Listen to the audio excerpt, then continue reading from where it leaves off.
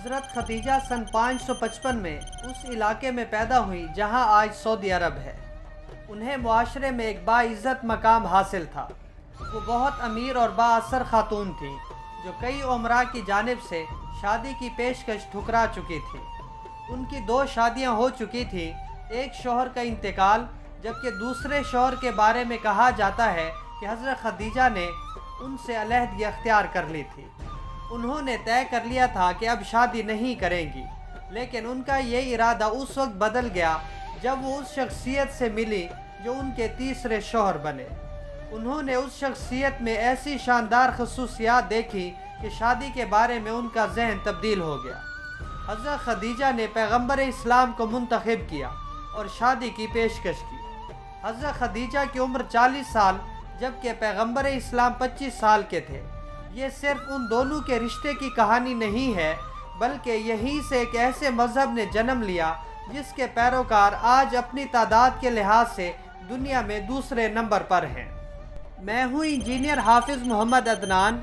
فلاح کی mini series میں آج ہم بات کریں گے کہ کس طرح حضرت خدیجہ نے اپنے راستے کی ہر رکاوٹ کو گرا دیا، یہاں تک کہ آج کی خواتین بھی وہ کرنے کی خواہش مند ہوں گی جو انہوں نے 1400 سال قبل کر دکھایا۔ حضرت خدیجہ آزادانہ فیصلے کرنے اور بہت مضبوط ارادوں والی خاتون تھیں۔ مثال کے طور پر انہوں نے اپنے کزن کے ساتھ شادی سے انکار کر دیا تھا، جبکہ ان کا خاندان روایتی طور پر اس رشتے کی حمایت کرتا، لیکن وہ اپنے شوہر کا انتخاب خود کرنا چاہتی تھی۔ حضرت خدیجہ ایک ایسے کامیاب تاجر کی بیٹی تھی جس نے اپنے خاندانی کاروبار کو ایک وسیع کاروباری سلطنت میں تبدیل کر دیا تھا۔ والد کی جنگ میں ہلاکت کے بعد حضرت خدیجہ نے کاروبار سنبھال لیا۔ انہیں خود اپنے طور پر دنیا میں آگے بڑھنا آتا تھا۔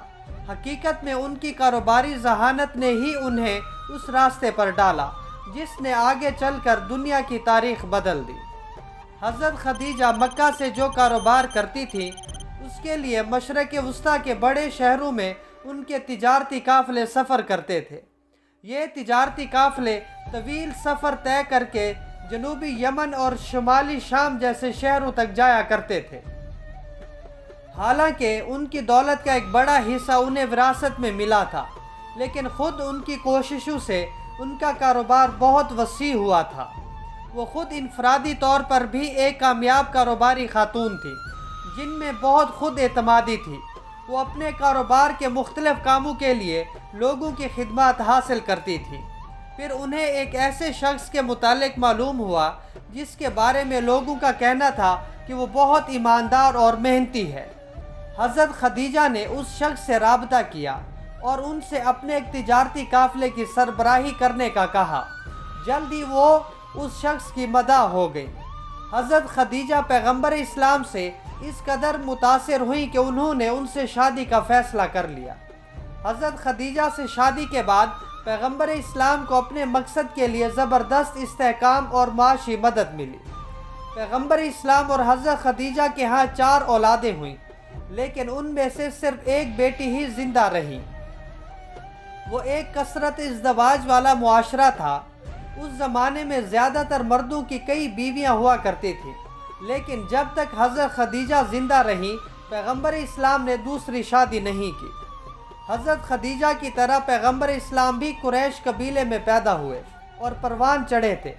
یہ وہ وقت تھا جب اس علاقے میں اکثر لوگ کئی خداؤں کی عبادت کرتے تھے۔ جب پیغمبر اسلام کو روحانی تجربات کا سلسلہ شروع ہوا اور وہ مکہ کے قریب پہاڑوں پر جا کر مراقبہ کرنے لگے تو ان کی شادی کو کئی برس ہو چکے تھے۔ اس کے بعد انہیں فرشتے حضرت جبرائیل کے ذریعے اللہ کی جانب سے وحی آنے لگی۔ پیغمبر اسلام نے فیصلہ کیا کہ وہ جس کیفیت سے گزر رہے ہیں اس کے بارے میں کسی کو بتائیں۔ وہ حضرت خدیجہ پر بے انتہا اعتماد کرتے تھے۔ حضرت خدیجہ نے ان کی بات سنی اور انہیں دلاسا دیا، کیونکہ ان کے دل نے کہا کہ یہ کوئی عظیم اور انتہائی مقدس تجربہ ہے۔ پیغمبر اسلام پر اترنے والی آیات کو سب سے پہلے حضرت خدیجہ نے سنا تھا، اس لیے وہ تاریخ کی پہلی مسلمان خاتون بن گئی اور اسلام قبول کرنے والی پہلی شخصیت بھی۔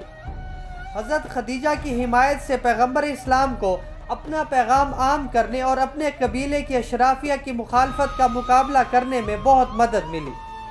جب پیغمبر اسلام نے تبلیغ شروع کی تو مکہ کے معاشرے میں ان کی بہت مخالفت ہوئی، کیونکہ مختلف خداؤں کی عبادت کرنے والے معاشرے میں وہ خدا کو ماننے کا پیغام دے رہے تھے۔ اس موقع پر حضرت خدیجہ نے وہ حمایت اور تحفظ فراہم کیا جس کی پیغمبر اسلام کو اشد ضرورت تھی۔ اگلے 10 سال تک حضرت خدیجہ نے اپنے خاندانی تعلقات اور اپنی دولت کے ذریعے اپنے شوہر کی بھرپور مدد کی۔ حضرت خدیجہ نے زندگی کے آخری دنوں تک اپنے شوہر اور اسلام کی حمایت اور مدد کے لیے وہ سب کچھ کیا جو ان کے بس میں تھا۔ اس وقت پیغمبر اسلام اور ان کی رفاقت کو 25 سال ہو چکے تھے جب حضرت خدیجہ سن 619 میں بیمار ہو گئی اور ان کا انتقال ہو گیا۔